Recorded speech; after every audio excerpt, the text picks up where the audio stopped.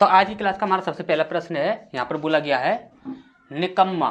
निकम्मा शब्द में कौन सा समास है। ठीक, तो यहाँ पर सबसे पहला दिया हुआ है आपका तत्पुरुष समास, दूसरा दिया हुआ है आपका कर्मधारय, तीसरा दिया हुआ है आपका ने, और चौथा दिया हुआ है अलोक।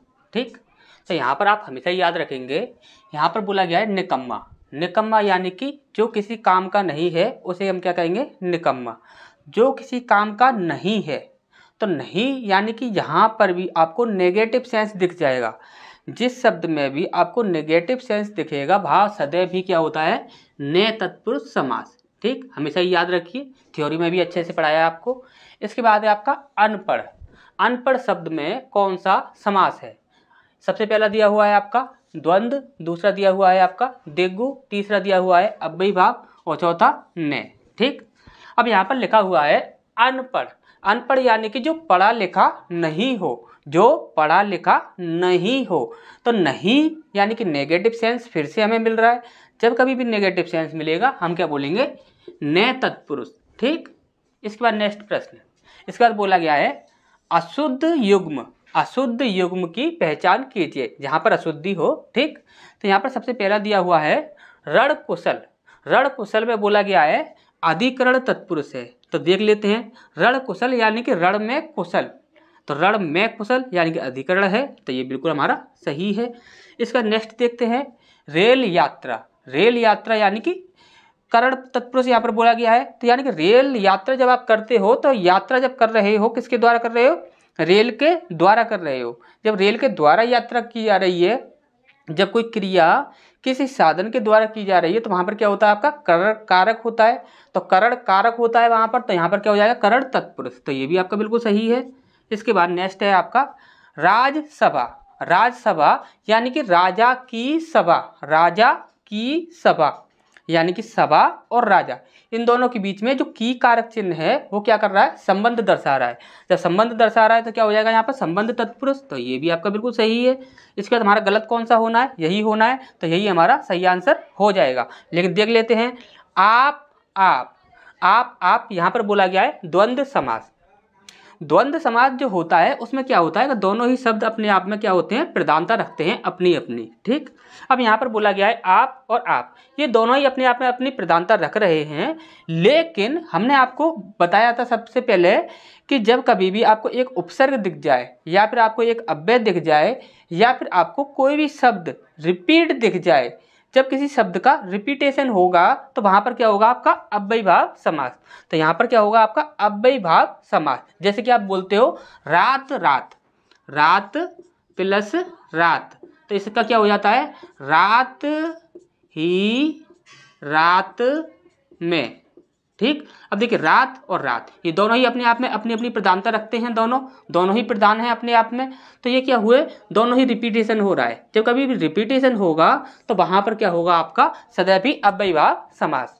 तो इसके नेक्स्ट प्रश्न की ओर बढ़ते हैं। यहाँ पर बोला गया है करण तत्पुरुष का उदाहरण है। अब करण तत्पुरुष क्या होता है, जब कोई क्रिया किसी साधन के द्वारा की जाती है तो वहां पर क्या होता है, करण कारक, और उसी से बनता है आपका करण तत्पुरुष। ठीक, तो देखते हैं यहाँ पर, जैसे यहाँ पर बोला गया है मुंह मांगा, दूसरा बोला गया है स्वर्ग प्राप्त, तीसरा बोला गया है सपरिवार, और इसके बाद बोला गया है सीता राम। ठीक, सीता राम को देखा जाए तो यहाँ पर एक है सीता और एक है राम। तो यहाँ पर सीता अपने आप में एक प्रधानता रखता है अपनी खुद की, और राम अपने आप में खुद की प्रधानता रखता है। दोनों ही अपने आप में प्रधान है, लेकिन रिपीट नहीं हो रहा है। जब रिपीट होता तो हम अव्यय भाव बोल देते, लेकिन यहाँ पर क्या है, रिपीट नहीं हो रहा है, तो ये क्या हो जाएगा, आपका द्वंद्व हो जाएगा। लेकिन द्वंद्व कौन सा हो जाएगा, तो यहाँ पर देखेंगे हम सीता और राम, तो इनके बीच में हम क्या लगाएंगे, और। जब कभी भी हम और लगाते हैं तो वो क्या हो जाता है, आपका इतरोत्तर द्वंद्व। ठीक, अब इसके बाद है सपरिवार। सपरिवार में आप देख रहे हो यहाँ पर आपको दिख रहा है, जब कभी हमने आपको क्या बोला, जब कभी उपसर्ग दिखे या आपको अव्यय दिखे या रिपीटेशन दिखे तो वहाँ पर क्या होगा, आपका अव्ययी भाव समास। तो ये भी यहाँ पर क्या हो जाएगा, अव्ययी भाव समास हो जाएगा। तो ये कैंसिल है यहाँ पर, तो ये भी कैंसिल है। ठीक, इसके बाद स्वर्ग प्राप्त, स्वर्ग प्राप्त यानी स्वर्ग को प्राप्त, स्वर्ग को प्राप्त। यहाँ पर स्वर्ग की जो शब्द है, ये जो आपका स्वर्ग से जो शब्द है ये क्या है, तो ये क्या है, यहाँ पर कर्म है। तो यहाँ पर क्या हो जाएगा आपका कर्म कारक। जब कर्म कारक हो जाएगा तो आप क्या बोलोगे, कर्म तत्पुरुष। तो ये भी आपका कैंसिल हो जाएगा, ये कर्म तत्पुरुष है। इसके बाद हमें करण ढूंढना है, तो यही हमारा बिल्कुल सही हो जाएगा। लेकिन करण तत्पुरुष इस जो ये जो आपका शब्द है इसमें कैसे होगा, जैसे कि मुंह मांगा, मुंह मांगा यानी कि मुंह से मांगा हुआ, मुंह से मांगा हुआ। मांगने का जो कार्य किया गया है वो किससे किया गया है, मुंह से किया गया है। तो जब कोई क्रिया किसी साधन के द्वारा की जाती है तो वहाँ पर क्या होता है, करण। तो यहाँ पर क्या हो जाएगा, सही आंसर हमारा यही हो जाएगा। ठीक, तो नेक्स्ट क्वेश्चन की ओर बढ़ते हैं। इस पर नेक्स्ट प्रश्न है हमारा यहाँ पर बोला गया है एक दंत शब्द में कौन सा समास है। ठीक, तो सबसे पहला दिया हुआ है आपका बहुब्रीहि, दूसरा दिग्गु, तीसरा द्वंद्व और चौथा तत्पुरुष।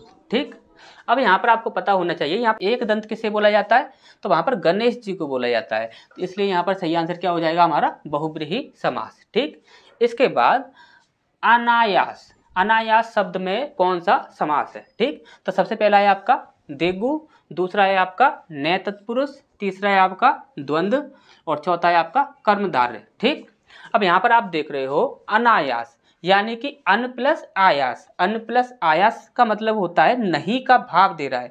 ये किसका भाव दे रहा है, नहीं का भाव दे रहा है। जब कभी भी कोई भी नेगेटिव सेंस आ जाता है तो हमने आपको क्या बोला है, नय तत्पुरुष। ठीक, इसके बाद है आपका विषधर, विषधर शब्द में कौन सा समास है, तो सबसे पहला है आपका तत्पुरुष, दूसरा है आपका कर्मधारय, तीसरा है आपका अव्ययी भाव और चौथा है आपका बहुब्रीहि समास। तो यहाँ पर हम देखेंगे विषधर, तो विषधर का मतलब क्या होता है, विषधर का मतलब होता है कि विष को धारण करने वाला। तो विष को धारण करने वाला कौन है, तो विष को धारण करने वाला है हमारा, या तो हम बोल सकते हैं सर्प यानी कि सांप, या फिर हम बोल सकते हैं शिव जी। तो यहाँ पर एक शब्द जो था वो क्या था, चेंज हो रहा है। एक शब्द जो है वो क्या हो रहा है, चेंज हो रहा है। और जब कभी भी चेंज हो जाता है यानी कि उसकी प्रधानता जो है वो नष्ट हो जाती है। जैसे कि हमारा कोई भी एक शब्द है, अब उसका जब हमने विग्रह किया तो वो चेंज होकर कोई और शब्द बन गया, तो यहाँ पर जो शब्द प्रधान था वो यहाँ पर आके क्या हो गया, कैंसिल हो गया। तो यहाँ पर क्या हो जाएगा आपका हमेशा ही बहुब्रीहि समास। तो यहाँ पर आप देख रहे हो, तो यहाँ पर क्या हो जाएगा आपका विषधर में क्या हो जाएगा आपका बहुब्रीहि समास। ठीक, विष को धारण करने वाला कौन, या तो आप बोलोगे सांप यानी कि सर्प, या फिर आप बोलोगे शिव जी। ठीक, इसके बाद चक्रपाणी दर्शनार्थ। ठीक, चक्रपाणी दर्शनार्थ पद में कौन सा समास है। यदि यहाँ पर आप देखते हो चक्रपाणी, क्या चक्रपाणी, इतने को देखते हो तो यहाँ पर आपको अच्छे से पता है कि चक्रपाणी का अर्थ क्या होता है, कि चक्र को धारण करने वाला। और चक्र को धारण किसने किया था, तो वो थे आपके विष्णु भगवान। ठीक, तो विष्णु भगवान के लिए बोला जाता है आपका चक्रपाणी। ठीक, और चक्रपाणी यहाँ पर इसको छोड़कर अब यहाँ पर बोला क्या गया है, चक्रपाणी दर्शनार्थ। चक्रपाणी दर्शनार्थ का मतलब होता है कि विष्णु के दर्शन हेतु, क्या, विष्णु के दर्शन हेतु। तो यहाँ पर आप हमेशा ही याद रखिए, कभी भी आप इस ऑप्शन को कभी भी पुट मत कीजिए, ये हमेशा ही आपका गलत रहेगा। यदि आपको सिर्फ और सिर्फ चक्रपाणी दे दिया जाएगा तो आपका बहुब्रीहि होगा, लेकिन अगर आपका चक्रपाणी दर्शनार्थ ये पूरा दे दिया जाए तो आप हमेशा ही अव्ययी भाव समास पुट करोगे। ठीक, इसके बाद नेक्स्ट है आपका कुसुम कोमल। क्या, कुसुम कोमल। कुसुम कोमल शब्द में कौन सा समास है, तो आपको अच्छे से पता है कोमल है जो पुष्प, यानी कि कोमल है क्या, पुष्प। तो पुष्प के विषय में बात की जा रही है, तो कोमल है जो पुष्प, तो वो क्या हो जाएगा आपका हमेशा ही क्या हो जाएगा, सबसे पहले दिया हुआ है कर्मधारय, दूसरा तत्पुरुष, तीसरा बहुब्रीहि, चौथा अव्ययी भाव। और जब कभी भी इस प्रकार की बात की जाती है उपमेय उपमान या फिर विशेषण विशेष्य, तो वहां पर क्या हो जाता है आपका कर्मधारय समास। ठीक, तो नेक्स्ट क्वेश्चन की ओर बढ़ते हैं। तो इसके नेक्स्ट प्रश्न है हमारा यहाँ पर बोला गया है नए तत्पुरुष समास का उदाहरण कौन सा है। ठीक, नए तत्पुरुष समास की पहचान करनी है। यहाँ पर सबसे पहला दिया हुआ है आपका यथाक्रम। यथाक्रम, अब यहाँ पर आप देख रहे हो कि यहाँ पर अव्यय दिख रहा है आपको। जब कभी भी आपको अव्यय दिखता है या उपसर्ग दिखता है या फिर किसी शब्द की रिपीटेशन होता है तो क्या होता है यहाँ पर अव्ययी भाव समास। ठीक, तो ये कैंसिल हो जाएगा। इसके बाद हंसमुख, जब कभी देखिए आपको क्या दिखेगा, विशेषण विशेष्य या उपमेय उपमान, तो आप क्या बोलते हो वहाँ पर कर्मधारय समास, तो ये भी आपका यहाँ पर कैंसिल हो जाएगा। ठीक, अब यहाँ पर क्या है हथकड़ी, जब कभी भी आपको कारक चिन्ह दिख रहा है तो वो क्या हो जाएगा आपका तत्पुरुष समास, तो ये आपका कैंसिल हो जाएगा। इसके बाद यहाँ पर क्या बचा निर्बल, तो यही हमारा बिल्कुल सही आंसर हो जाएगा। लेकिन क्यों हो जाएगा, तो निर्बल यानी कि जिसमें बल नहीं है, जिसमें बल नहीं है तो उसे क्या बोलेंगे निर्बल। तो यहाँ पर नेगेटिव सेंस आ रहा है, नहीं है बल। ठीक, तो नेगेटिव सेंस आएगा तो क्या होगा हमेशा ही न तत्पुरुष। ठीक, इसके बाद है आपका लीलाधर। लीलाधर शब्द में कौन सा समास है, ये सबसे ही ज़्यादा इजी है, क्योंकि लीलाधर जब कभी भी बोला जाएगा तो या तो आप बोलोगे श्री कृष्ण भगवान या फिर आप बोलोगे विष्णु भगवान, क्योंकि श्री कृष्ण जो थे वो विष्णु भगवान के ही अवतार थे। तो यहाँ पर क्या हो जाएगा आपका बहुब्रीहि समास। ठीक, इसका नेक्स्ट है आपका अधपका। अधपका यानी कि जो आधा पका हुआ है वो क्या है आधा पका हुआ है, और आपको हमेशा ही दिख रहा है कि आधा लिखा हुआ है यहाँ पर आधा, और आधा क्या कर रहा है यहाँ पर विशेषण का कार्य कर रहा है, तो विशेषण विशेष्य उपमेय उपमान, तो वहाँ पर क्या हो जाएगा आपका हमेशा ही कर्मधारय समास। इसका नेक्स्ट है आपका इनमें से कौन सा समासिक पद सही नहीं है। ठीक, तो सबसे पहला है आपका चतुरानन। चतुरानन यानी कि चार हैं आनंद जिसके, तो ये तो बिल्कुल सही है। ठीक, इसके बाद नेक्स्ट है त्रिनेत्र। त्रिनेत्र यानी कि तीन है नेत्र जिसके, ये भी आपका बिल्कुल सही है। ठीक, इसके बाद लंबोदर, लंबा है उदर जिसका, बिल्कुल सही है, ये भी आपका बिल्कुल सही है। तो हमारा सही आंसर क्या हो जाएगा, ये हो जाएगा दशानन। तो यहाँ पर क्या बोला गया है दशानन यानी कि 10 हैं मुख जिसके। एक बात हमेशा ही आप याद रखिए, यहाँ पर जिस लैंग्वेज का प्रयोग किया जा रहा है तो आपको विग्रह करते समय भी उसी लैंग्वेज का यूज करना, ध्यान से समझ लीजिए इस बात को। जब कभी भी एक सामासिक पद है उसमें जिस लैंग्वेज का प्रयोग किया जा रहा है तो उसका जब कभी भी आप विग्रह करोगे तो विग्रह करने में भी आपको उसी लैंग्वेज का प्रयोग करना है। अब यहाँ पर आप देख रहे हो दशानन यानी कि 10 हैं आनन जिसके, क्या बोलेंगे हम बोलेंगे आनन, क्या बोलेंगे आनन, और यहाँ पर क्या लिखा हुआ है मुख, हमें क्या यूज करना था आनन। ठीक, तो हमेशा इस बात को याद रखिए, आनन के स्थान पर हम यदि मुख यूज कर देते हैं तो वहाँ पर वो हमारा क्या होगा गलत हो जाएगा। इसका नेक्स्ट प्रश्न है हमारा यहाँ पर बोला गया है किसमें अशुद्धि है।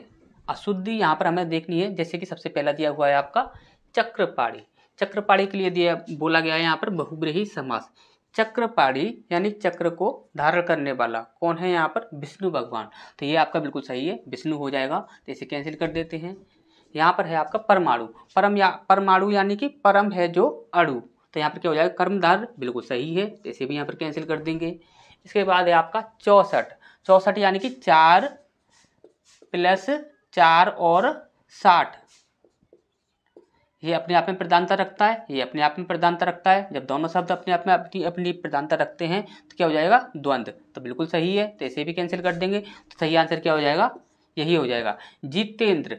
जितेंद्र यानी कि इंद्रियों को जीतने वाला, तो यहाँ पर क्या होगा संबंध तत्पुरुष होगा, बिल्कुल भी नहीं होगा। देखिए यदि तत्पुरुष की ही बात की जाए तो यहाँ पर तत्पुरुष कौन सा आएगा, तो देखिए इंद्रियों को जीतने वाला, तो यहाँ पर क्या हो जाएगा कर्म तत्पुरुष हो जाएगा, संबंध तत्पुरुष तो कभी हो ही नहीं सकता। ठीक, इसका नेक्स्ट है आपका निम्नलिखित में से कर्म तत्पुरुष का उदाहरण है। कर्म तत्पुरुष का उदाहरण हमें देखना है। ठीक, तो सबसे पहला दिया हुआ है यहाँ पर लोम हर्षक। ठीक, लोम हर्षक। इसका दूसरा है आपका आत्मनिर्भर, तीसरा है आपका देशवासियों, और चौथा है आपका सर्वाधिक। सर्वाधिक देखिए सर्वाधिक यानी कि सबसे अधिक, जब कभी भी आपको अलग होने का भाव दिखता है, जब कोई है जो सर्वाधिक है जो कि सबसे अधिक है तो वो औरों से क्या हो गया अलग हो गया अपनी विशेषता के आधार पर। जब कभी अलग होने का भाव होता है तो वहाँ पर क्या होता है अधिकरण, तो यहाँ पर क्या हो जाएगा आपका अधिकरण तत्पुरुष। इसके बाद नेक्स्ट देखते हैं, इसे कैंसिल कर देते हैं।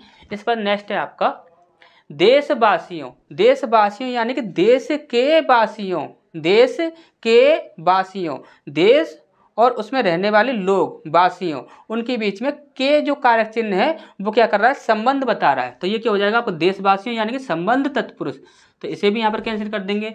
इसके बाद है आपका आत्मनिर्भर। आत्मनिर्भर यानी कि खुद पर निर्भर रहने वाला, खुद पर निर्भर।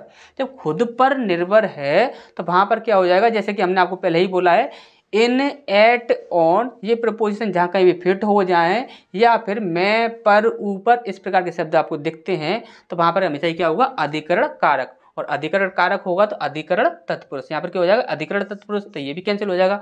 तो सही आंसर हमारा क्या हो जाएगा, लोमहर्षक। ठीक, लोमहर्षक जो है वो हमारा सही आंसर हो जाएगा। तो देखिए लोमहर्षक का मतलब क्या होता है, तो लोमहर्षक का मतलब होता है यानी कि लोम को हर्षित करने वाला, लोम को हर्षित करने वाला, यानी कि जब आप देखते हो, जब आपका रोम रोम खुश हो जाता है, जब किसी क्रिया के द्वारा आपका क्या हो जाता है, रोम रोम खुश हो जाता है, तो उसे कहते हैं हम लोमहर्षक। ठीक, तो यही हमारा बिल्कुल सही आंसर हो जाएगा। ठीक, इसके बाद नेक्स्ट है आपका वज्रपाणी। वज्रपाणी शब्द में कौन सा समास है, तो सबसे पहला तत्पुरुष, दूसरा बहुव्रीहि, तीसरा द्वंद्व और चौथा दिगु। और हमने आपको ये पहले ही बता रखा है, इसमें क्या होगा, आपका बहुव्रीहि समास होगा। क्यों, वज्र को धारण करने वाला, वज्र को धारण करने वाला कौन है, इंद्रदेव। ठीक, कौन है, इंद्रदेव।